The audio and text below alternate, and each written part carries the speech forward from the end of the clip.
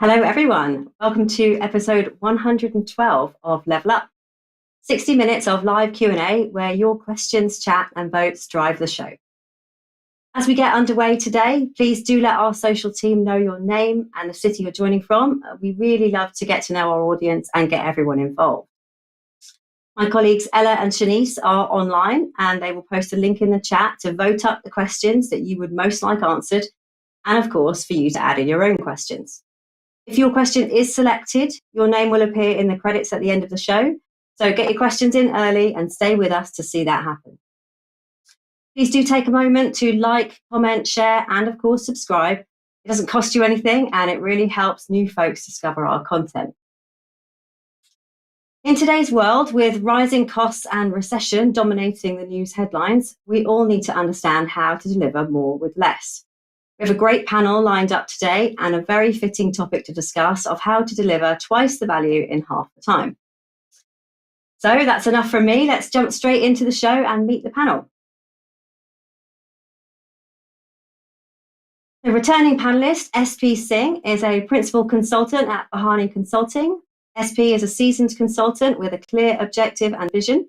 He has 15 years of experience in business systems and ERP implementation, consulting with C-suite executives to facilitate digital transformation. Welcome back, SP.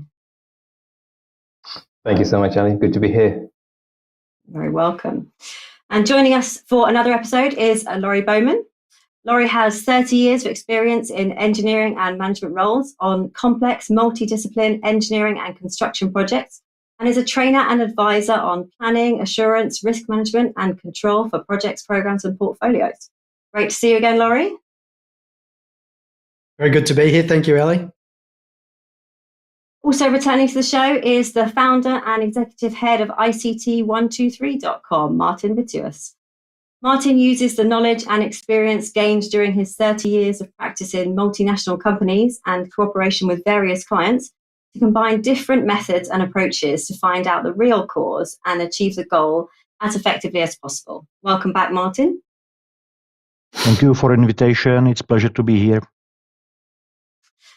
And back to share more knowledge with us is Falko Werner. Falko is the co-founder of Werner Consulting and helps leaders double the effectiveness of their teams in a matter of weeks by combining different approaches in a way that brings value creation into the spotlight. Thanks for joining us again, Falko. Hello, listeners. Hello, panel. Nice to be here. And finally, making his Level Up debut is Michael Ehlers.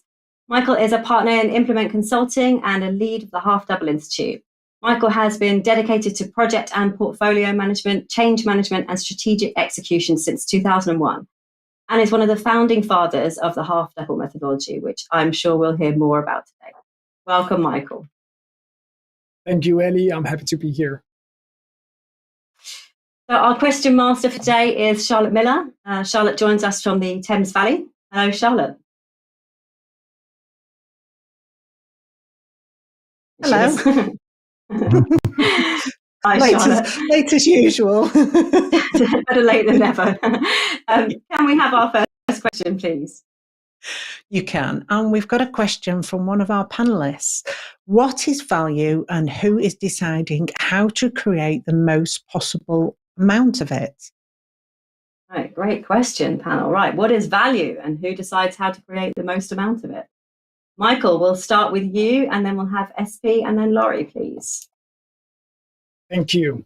So I think first of all, it's interesting to talk about, what is value? And I think that's probably a thing that we should start with.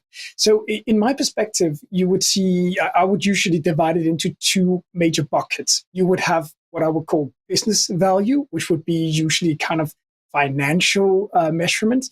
And then you would have what I call behavioral value creation, meaning that someone will change behavior in order to create the actual business value that we are usually striving for.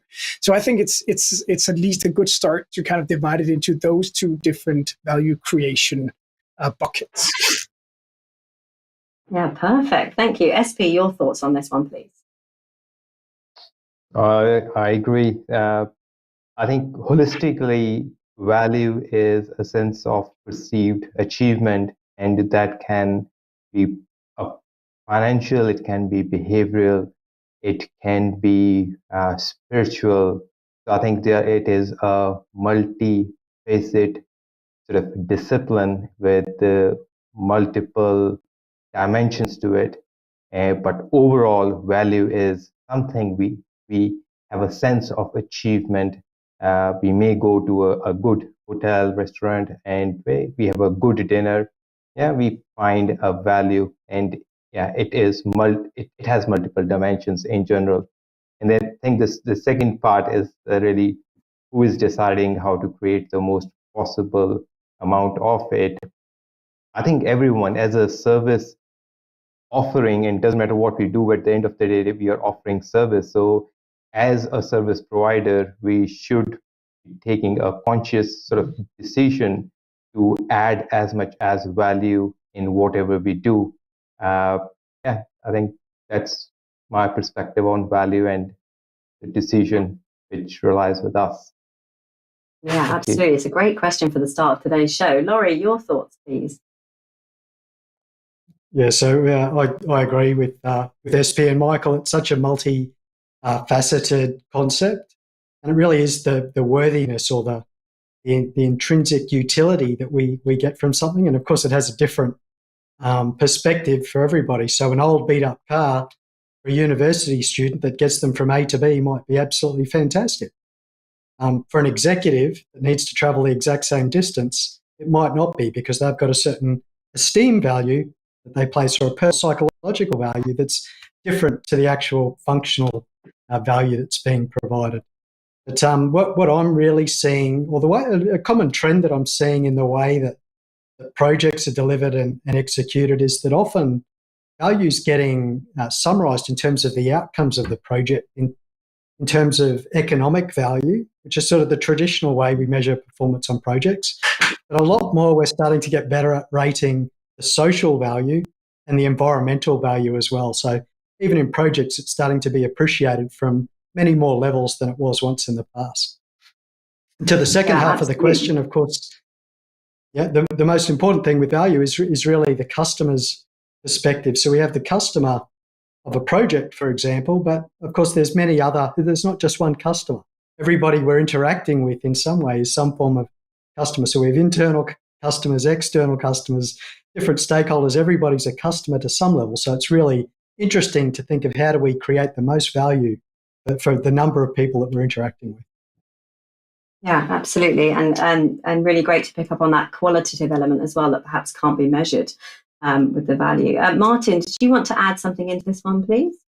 I would like to add that I agree with all guys who talked before me, and we were talking mainly about business stuff and social value, environmental value, and so on. But we shouldn't forget that there is personal value for myself as well.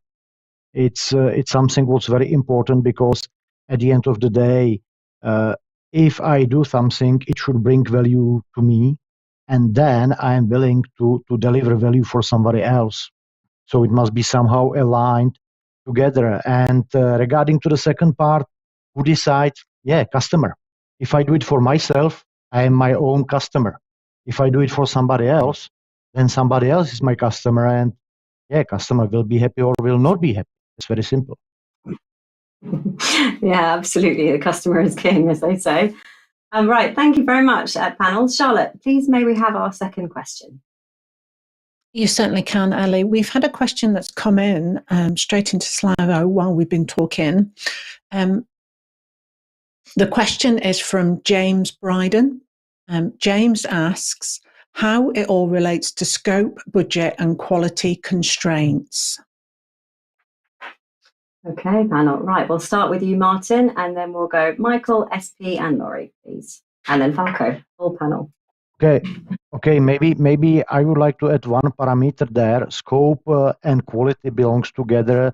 Budget is another one, and maybe the last one is usually time or speed. And all those three parameters will always influence us. And the customer or somebody I work for must always prioritize between those parameters.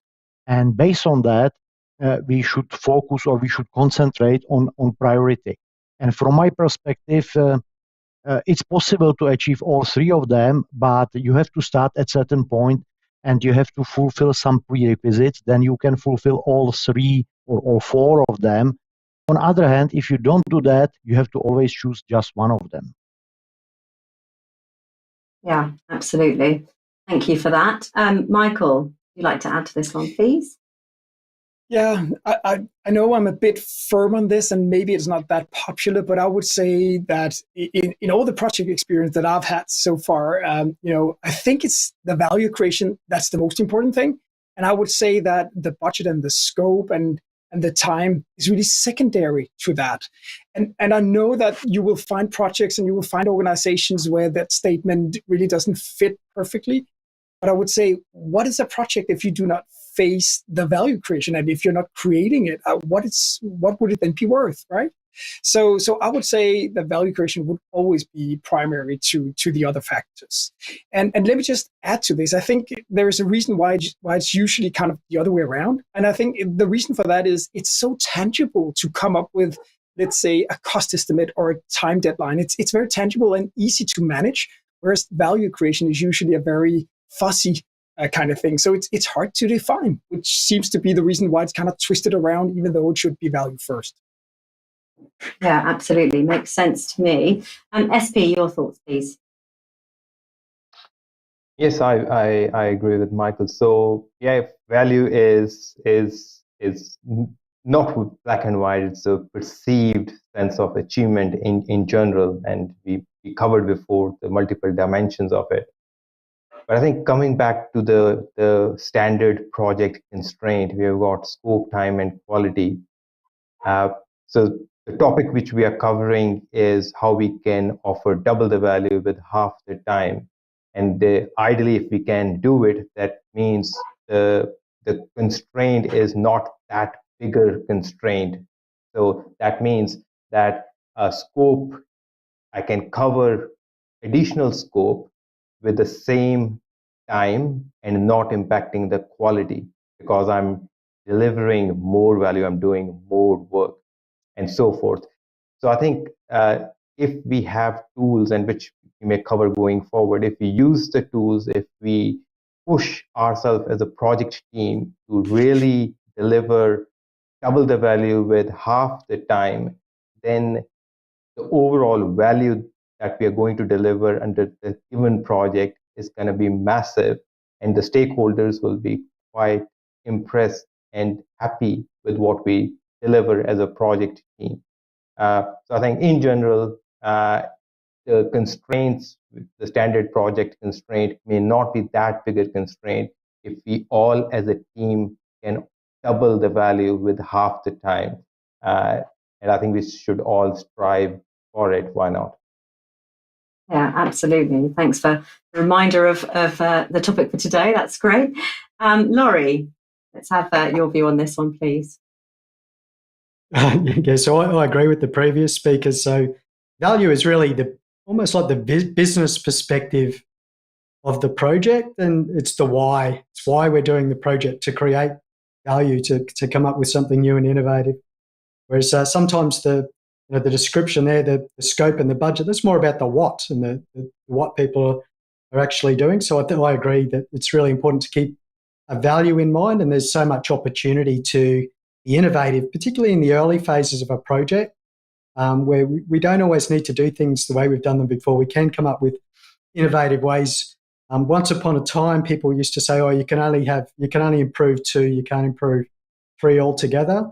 Well, actually, if you spend enough time in innovation and get the right people and you collaborate, sometimes you really can bring all 3 in together, particularly with some of the technology innovation we're seeing these days. I mean, you think of using something like Google Maps to get from one side of a city to another. It's faster, it's better quality, it costs less than whatever it was that we used to use, and the manuals we would use in the past. So there's so much opportunity to create value and to do it in half the time.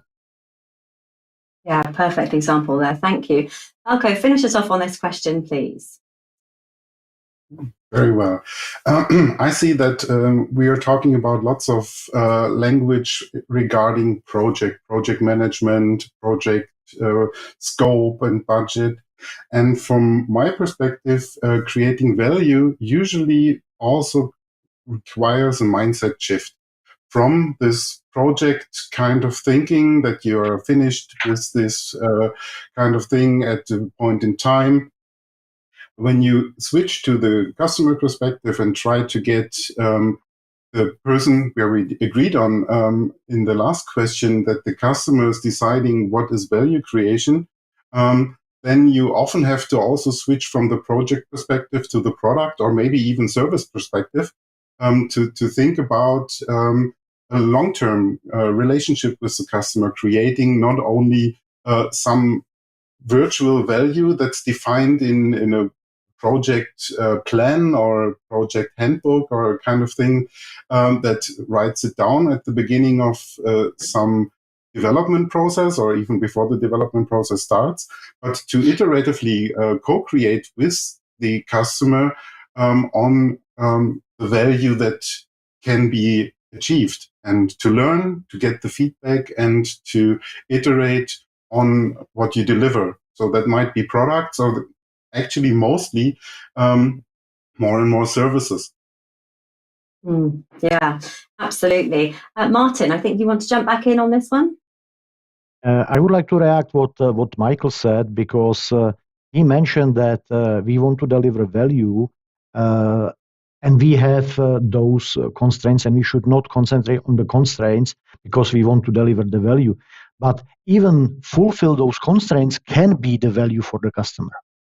Sometimes when you have, for example, legal project, then you have clear scope, and when you fulfill the scope, you delivered exact value expected by the customer.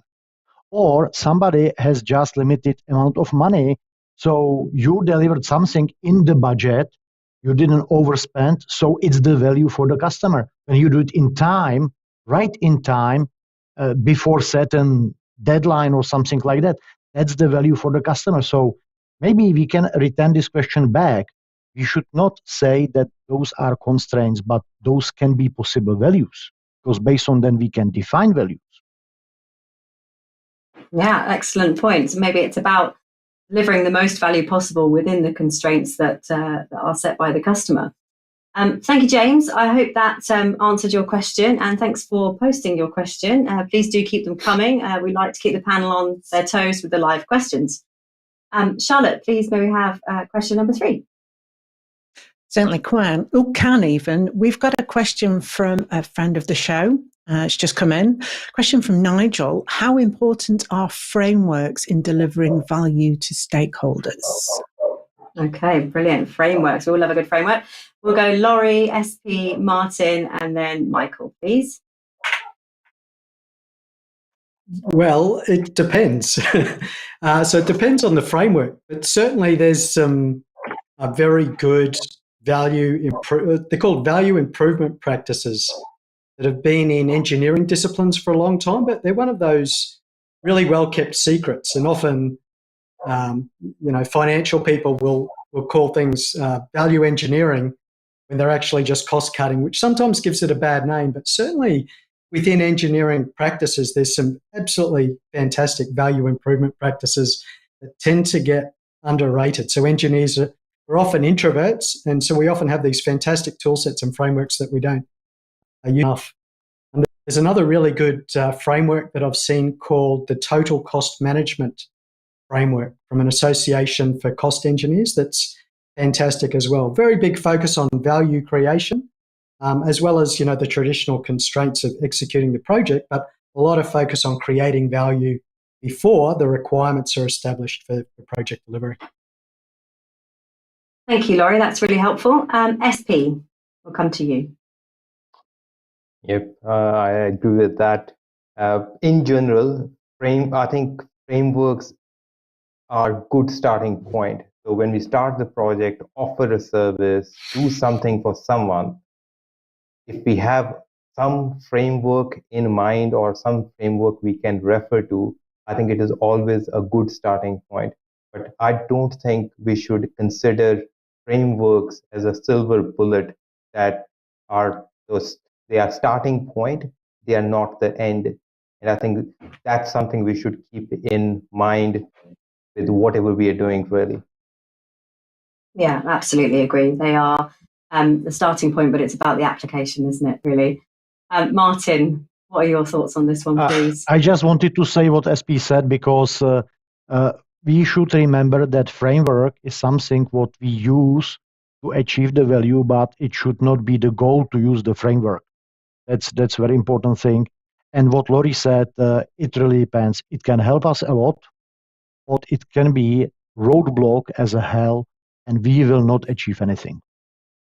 Yeah, absolutely. And so many of the frameworks that are available need tailoring for the specific requirements of the customer always, so that they are delivering the value. Yeah, absolutely. Right. Okay. We're on to Michael now, please. Thank you. I really think that frameworks are certainly helpful, and we should use them as reflective practitioners to think about whether this framework will work in my project or not. So I think it's about being reflective as a practitioner. That's kind of the key here. Having said that, I would claim that this is very much about being driven by principles rather than frameworks. So my suggestion here would be to be driven by the principle that stakeholder satisfaction is the ultimate success criterion. Because I think that's, you can, the link here is that if you deliver value, you will gain stakeholder satisfaction.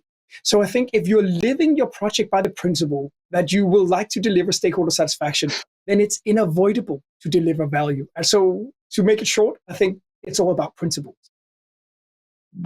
Perfect. Thank you very much. Charlotte, please may we have the next question? You certainly can, Ellie. We've got another live question, and it's a question from one of the regular viewers, Diane.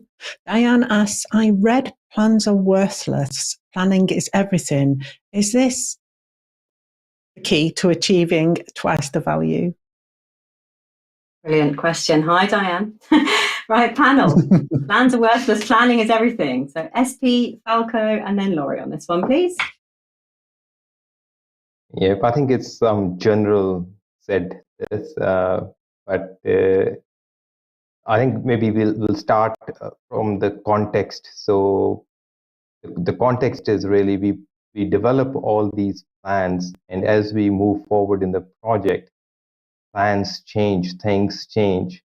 But that specific aspect, that practice of planning, that's where the value is, because we talk about risks, we talk about who will be doing what, we talk about cost, all these budget and quality time constraints as well. So there is a lot of value in plans, but we should not rely on plans that we develop a month, a week, or a year ago, and because things keep on changing. So I think, yeah, the planning process is valuable, and if we are smart, and that's where Agile and the frameworks related to the Agile practices are very sort of valuable. And so from a value perspective, I think it makes sense. The planning is a key component in any project, but the plans are worthless because if we develop a plan a month or it's something historic and we are not revisiting it, then obviously they go out of date very quickly. But the planning process should continue, and we should keep on refining the plans. And if we really want to deliver twice the value with half the time, that's where our focus should be. As things evolve, as projects evolve, we make sure that we are updating our plans, and the plans are kept up to date. As things move on, we update our plans as well, and that's where the value is. Yeah, absolutely. Brilliant. Thank you. Falko, your thoughts, please. Yeah, thanks. This question really reminds me of the Agile Manifesto for Software Development, where it says in a project or in a planned phase, usually not too long, like months or less, you should plan something and react to changes even late in a project or product development setup, so that you can think about what is creating the most value, what is helping the customer, the user the most, and if the priorities change, be able to change. And for that, you have to replan. So I also like the phrase, I don't know if it's very common in English as well, but I like to translate it from German. Plans are there to make God laugh. So life is coming and always bringing updates, and you do that. And from that point of view, I don't see plans as worthless. I like making God laugh. From that point of view, the integration of ideas, the learning during the development phase, and to the customer, integrating feedback and replanning is the key to focusing on creating value. That's why. Yeah, brilliant. Yeah, I think that's a really good one. Yeah, and thank you for that. So, Laurie, your thoughts, please. Then we'll come to Michael. Oh, I love this topic, and it was really interesting. I agree with what the other speakers have said, and I think there's nothing more beautiful than planning. We're engaging with other human beings, creating an imaginary future that is valuable for different stakeholders in different ways, and collaborating, exchanging ideas, and molding it into something that we both think will give us that shared value journey. It's just the most incredible thing we can do. And then to do it and not be attached to it, to be, to use that reflective sort of principle that Michael was talking about earlier, and to know we're going to learn new things. There's going to be new information coming along. We're going to adapt. We're going to change. We're going to replan continuously. But let's continuously have this practice of learning and changing the plan. It's such a great practice. And I really like that quote. It's a good one. Brilliant. Thanks, Laurie. So, Michael, we'll hear from you, and then we'll bring Martin in just to close the panel's whole view on this question for Diane, please. Thank you. I'll just pick it up from where you left it and say that I also really love this quote. And I think it's important to say that when we do planning together, usually the effect of this is that we can work more effectively, meaning that we are able to deliver something faster, meaning that we can do it maybe in half the time. So I think that this simple planning element is really crucial to deliver in shorter time. Excellent. Yeah, it's really helpful. Thanks, Michael. Martin, so just to finish us off on this question, please. Two short things. I would like to add another quote to this question. No plan survives the first meeting with the enemy. So we have to be really able to change plans and so on. That's one point. And the second point, planning is everything. It depends who is doing the planning, because I can do planning on my own behind a closed door, and then planning is nothing. But if I do planning with all other people, then I can see other aspects. At one point, and another point, we have much more higher motivation of people to fulfill the plan, because that's somehow their baby, and they want to achieve that. So it's about collaboration. You have to do it together. Then planning makes sense.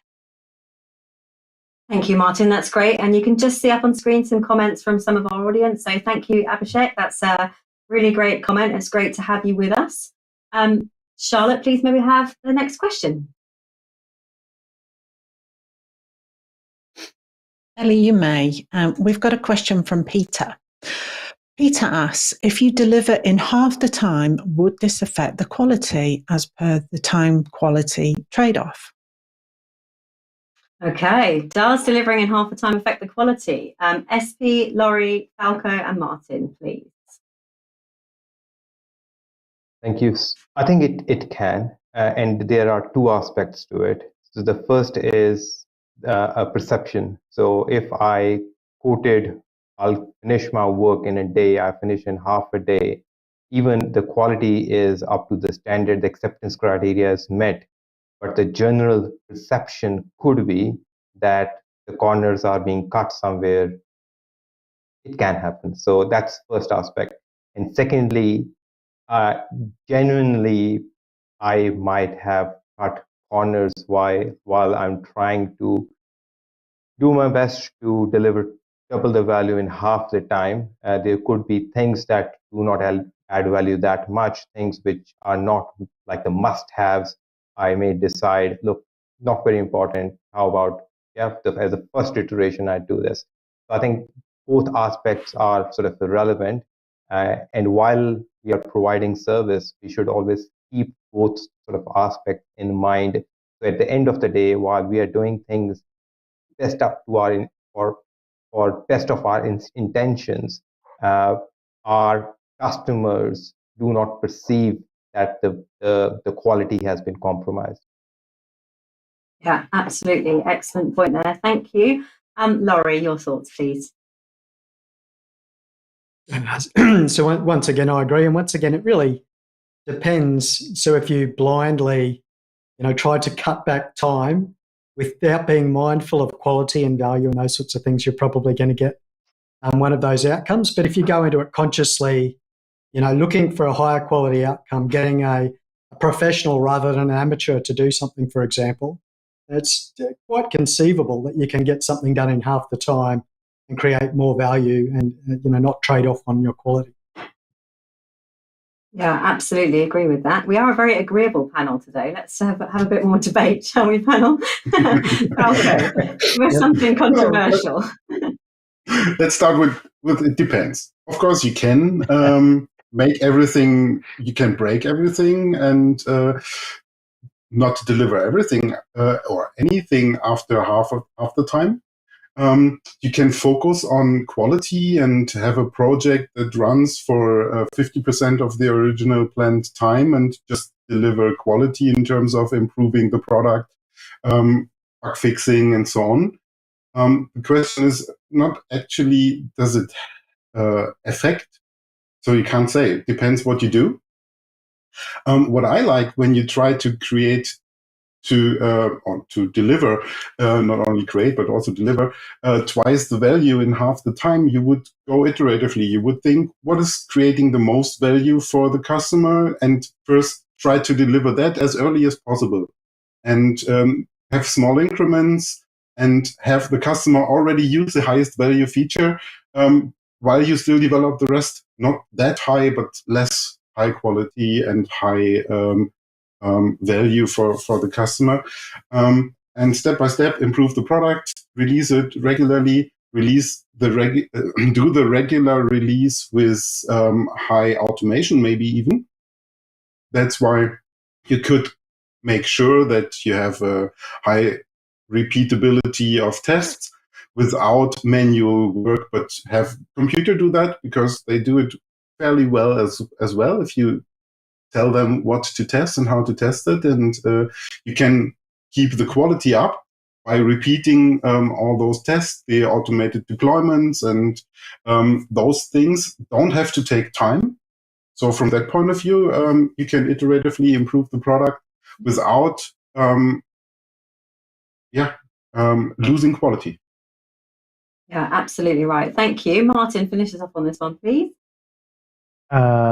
It's a pity because Falko a little bit stole a part of my answer.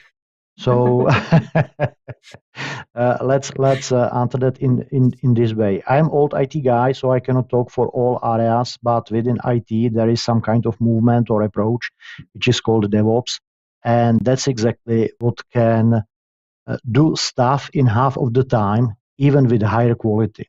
So we will not compromise that, but we have to do it in the right way, how Falko mentioned, and he already mentioned the tools behind that. Sometimes it's called CI/CD, but it means that more or less we optimize the way how we work, and then we automate it because humans can always make mistakes, but when you write and test the script will never fail if you don't touch it again. Yeah, absolutely. Great question, that, and great answers. Thanks, panel. I particularly like the part about using a professional with expertise. I know for sure that if I paid someone to come and decorate my house, it would get done in half the time and would not be worse quality, that's for sure. Charlotte, can we queue up the next question, please? Just while you're getting that ready, just speaking to the audience for a second. Please do get your questions in. The panel are here for another sort of 25 minutes. Any comments you have about today or any questions, drop them in the chat or pop them into Slido. All right, Charlotte, next question, please. Thank you.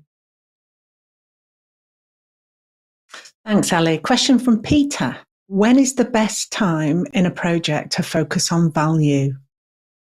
Perfect, thank you. And Laurie, you were straight in with that one. So of Laurie, Michael, SP, and Falko, please. Well, it's really at the start. I mean, it's important to think of value all the way through, right up until you're handing over to a customer. But certainly at the start is really where, talking about doing it in half the time and innovation. It's where everything is still almost like a mental model. You haven't built anything yet. Nobody's committed, and creativity's at its greatest. So certainly in the early phases of a project where you get the chance to tap into different opinions before people sort of get too attached to a particular solution or a particular development pathway. So I would say the earlier the better. Perfect, thanks. Michael, your thoughts, please. Laurie, I totally agree on that. The earlier, the better. I mean, if you can start up your project with an ideation where you focus on the value creation that you intend of this project, then you're left in a great place, right? Having said that, though, I would say it's never too late. So once you start your project, I mean, and you feel that you're not creating value, then I would claim that it would be a good idea to stop up, rethink the whole thing, restart it again, and do the project from there. And I've been part of a few bigger projects where we actually were in a situation where we had to stop up and do this. And I can tell you, it's not an easy task, but it's certainly worth it. Yeah, absolutely. Thank you. SP. Thank you. I agree. I think certainly if we look from the overall project lifecycle, we start with the, say, idea, which is often sort of covered in the business case. So that's where what is the value that project is going to deliver, how much budget, capital investment is required. So that's the first project initiation. Then we move into the project execution, where throughout the execution, our focus should always be at the business case. That's our baseline.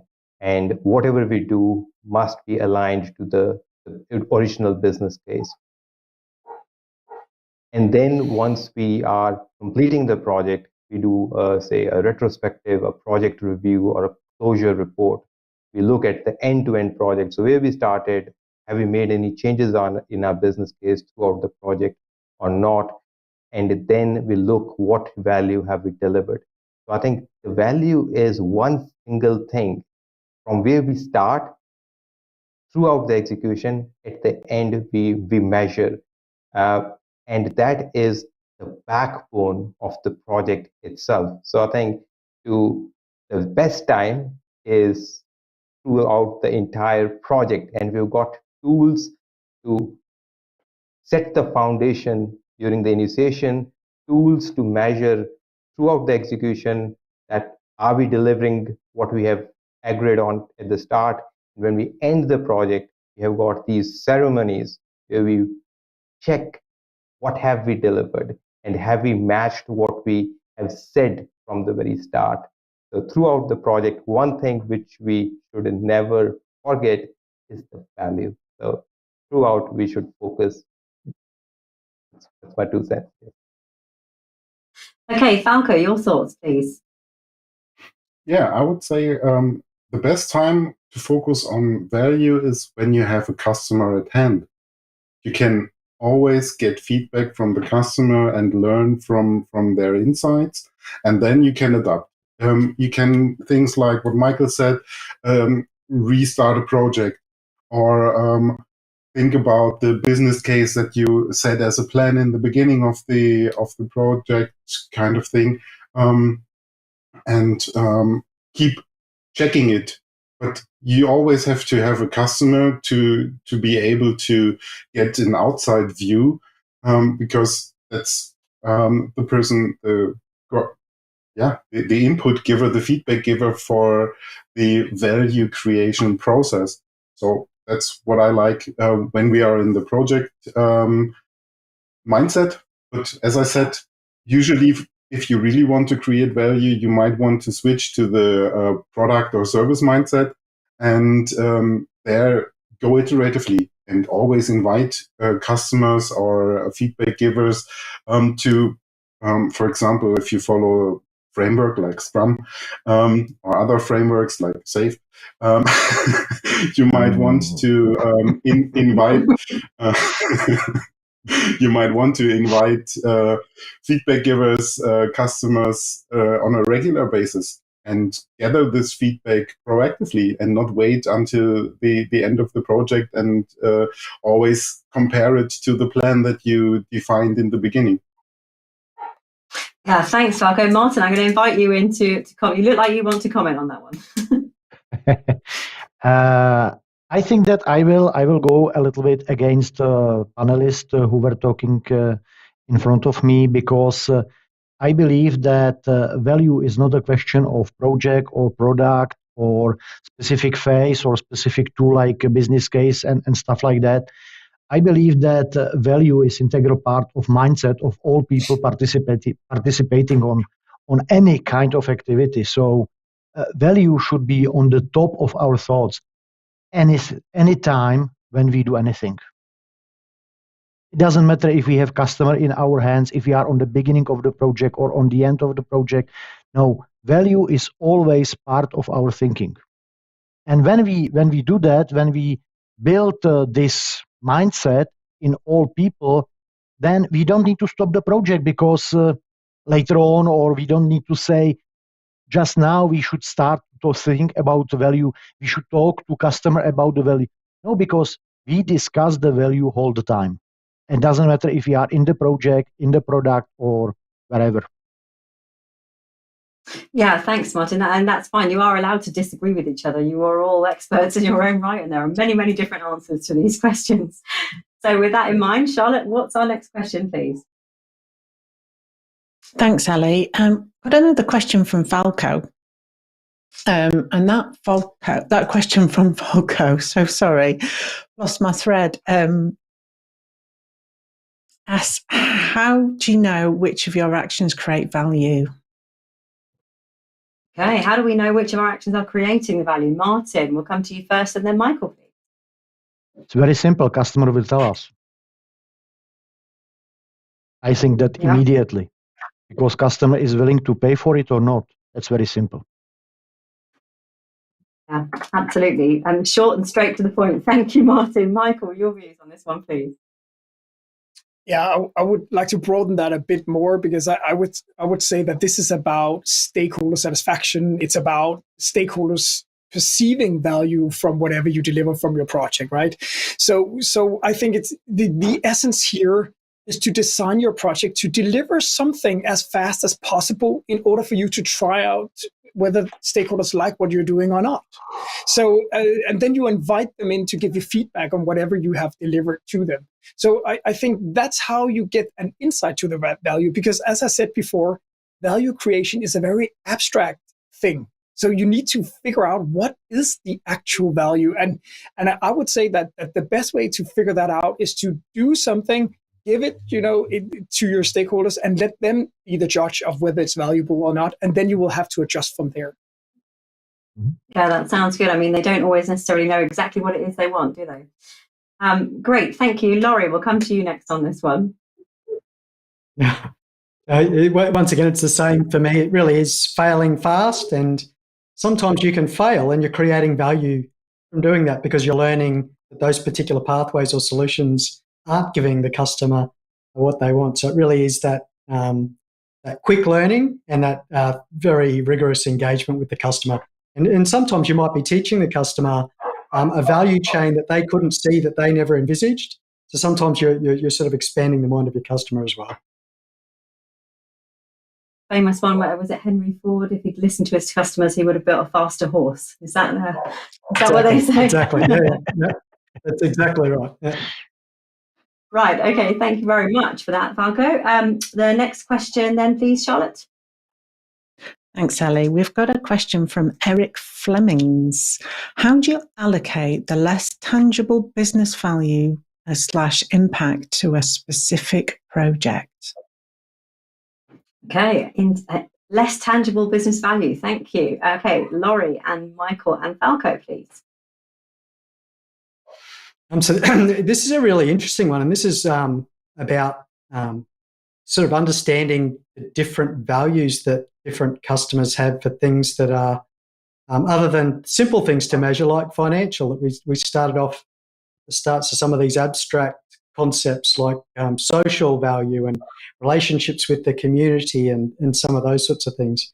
So it's really important to understand our customers well and to really unpack what weighting that they place on some of these intangible sort of outcomes. A really big emerging area is environmental impact, right, which is becoming really, really interesting. To suddenly, instead of just measuring profitability, there's all of these sort of social and environmental impacts that companies need for their brand that are still valuable for them in other ways that really need to be managed very carefully. So it really is about understanding your customer deeply, not just what they want, not just the widget or the new innovation, but how do they think? How do they see the world? What's important to them? And then designing your solution and supporting them with their values in mind, as well as your own. Yeah, absolutely. Great point there. Thank you. Michael, your thoughts on this one, please?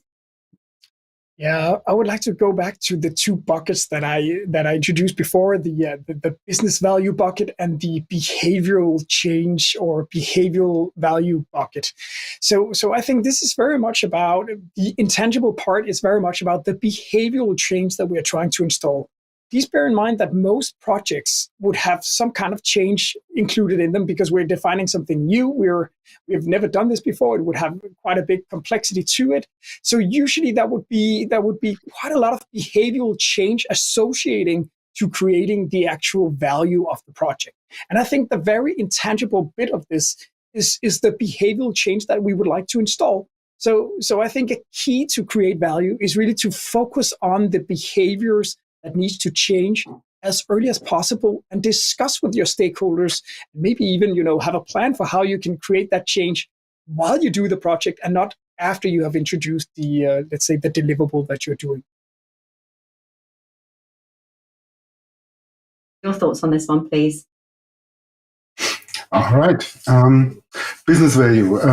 I see a book in my head, The Art of Business Value by Mark Schwartz, explaining lots of views of what is the product, what is creating business value. There are things to measure. For example, the value of the organization over time regarding, for example, the share prices, the products and the assets that the company, that an organization have. You can follow that.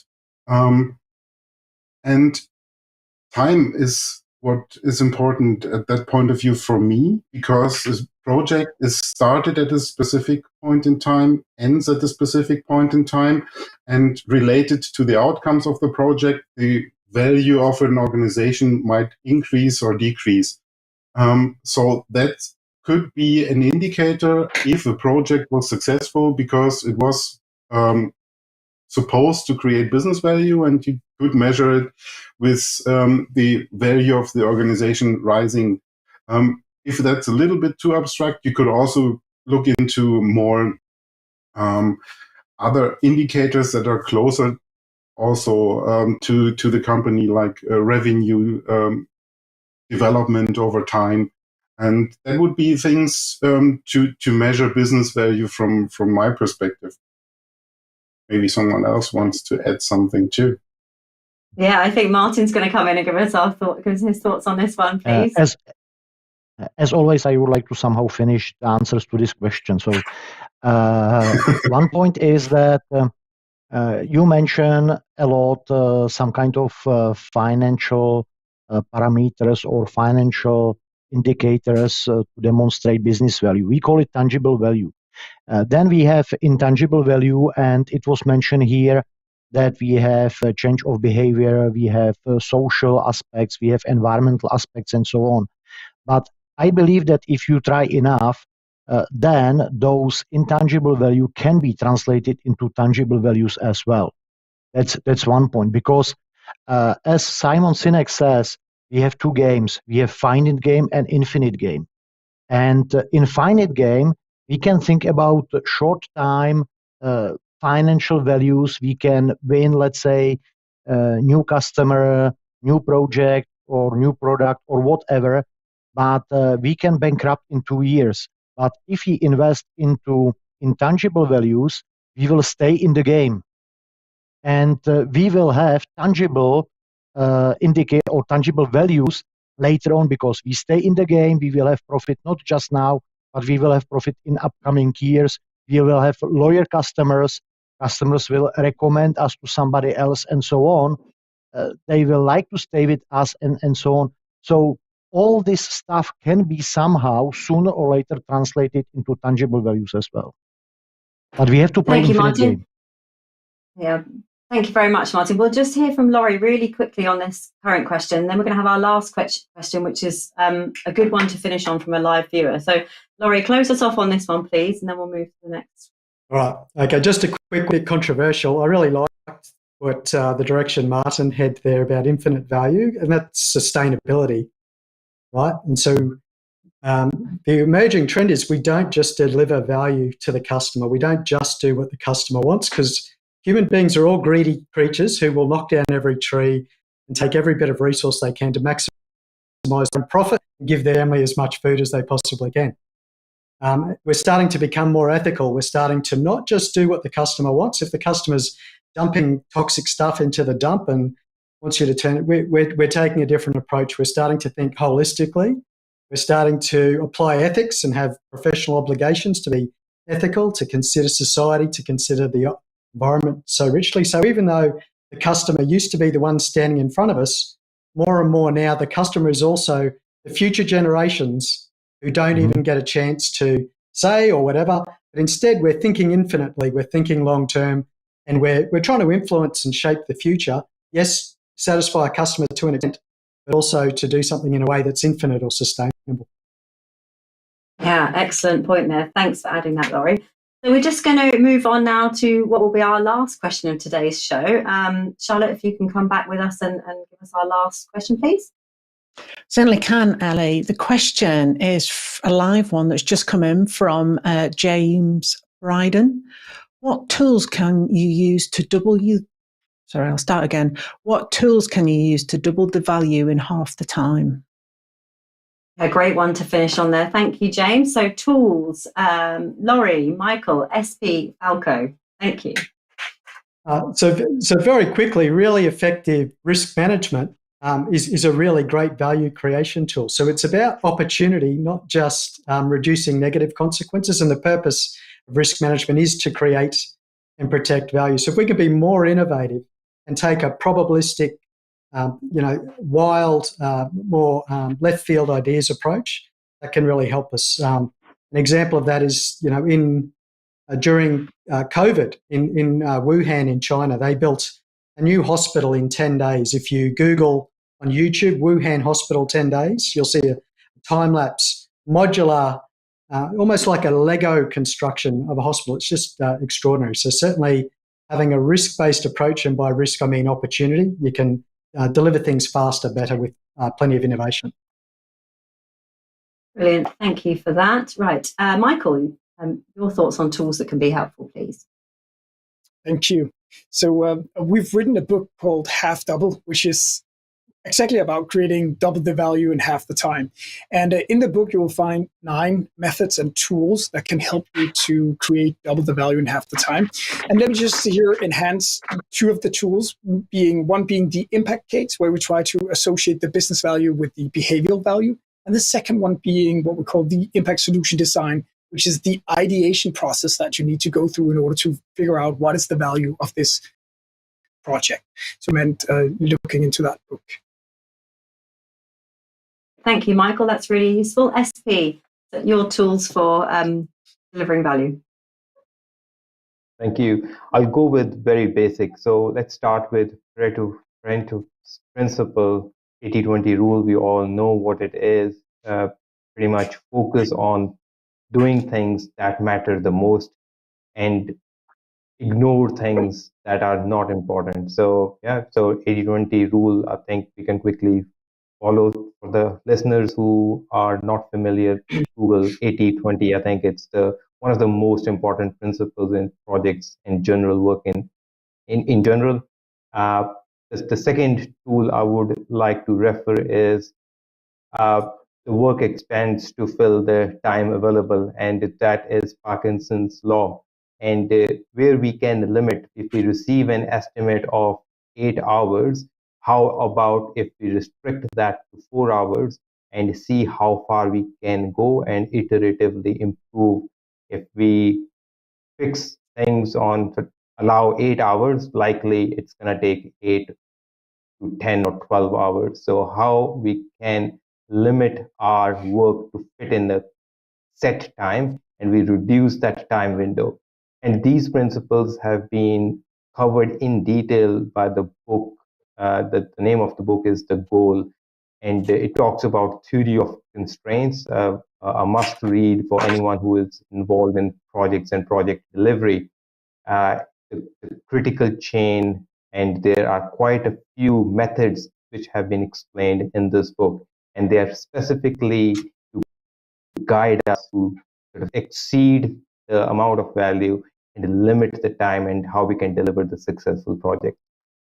So Thank three you, tools I would like to refer. Thank you. Perfect. Thank you. Falko, very briefly finish us off on this one, please. All right. The first thing that came in mind when I first read the title of this session and also the question is Scrum, The Art of Doing Twice the Work in Half the Time by Jeff Sutherland. So one tool could be the Scrum framework, which actually is a product from someone and with lots of training certification and things around that. From my point of view, that could help. And the second thing I would keep in mind is staying close to the customer-centric action, keeping the value creation process in the forehead all the time. Maybe just print it there somewhere, value, so that you get reminded whenever you talk to someone who reads it to you, or when you look into a camera or a mirror. That might be a helpful thing to do as well. So customer centricity, even what's the 2 diamonds thing? Design thinking, yeah, could be also a helpful tool or process to get this close connection to the customer. Perfect. Thank you so much, Falko.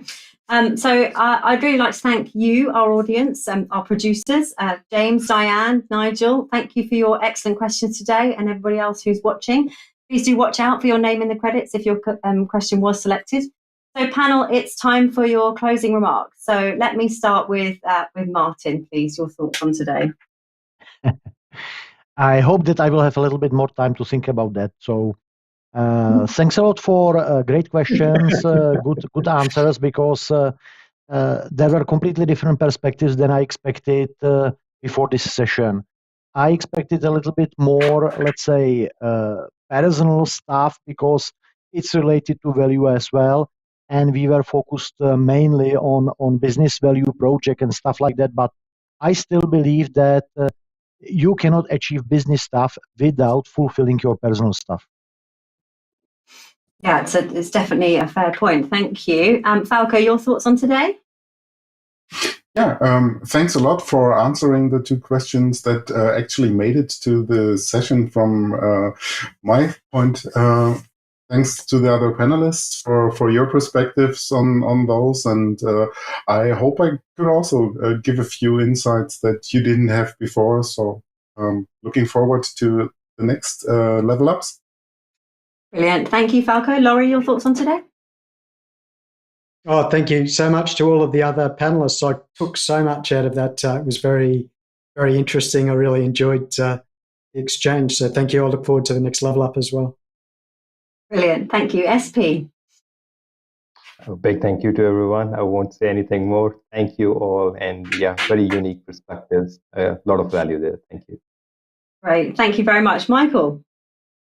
Yeah, thank you to everyone, and thank you for being part of this. And if I could just share one message, then I hope that the time of non-value creating projects are over. Yeah, hear. I think we all agree with that. Thanks, panelists. You've been wonderful. It's been a great show. So, audience, if you'd like to find more expert answers to live audience questions, head over to our website where you can search through over 1,500 questions from previous shows. It's a comprehensive free resource connecting you with 170 experts from around the world. Don't forget, you can also listen to the audio version of the show on your preferred podcast platform. And just to let you know, we have a couple of great shows coming up. So join us on Monday, the 21st of November, where we will explore how to become a PMO specialist. And on Friday, the 25th of November, we will look at how to keep up to date in change management. Also coming up soon are our Christmas special shows on Monday, the 12th of December and Friday, the 16th of December. These will be a great opportunity to get to know the panelists a little more and some sneak peeks at what happens behind the scenes in Level Up. Make sure you keep in touch with the latest episodes. Don't forget to subscribe to the show, and we'll send you a personal summary of what's coming up and how you can join the panel and level up your career with APMG. Thanks, everyone, and we'll see you in the next show.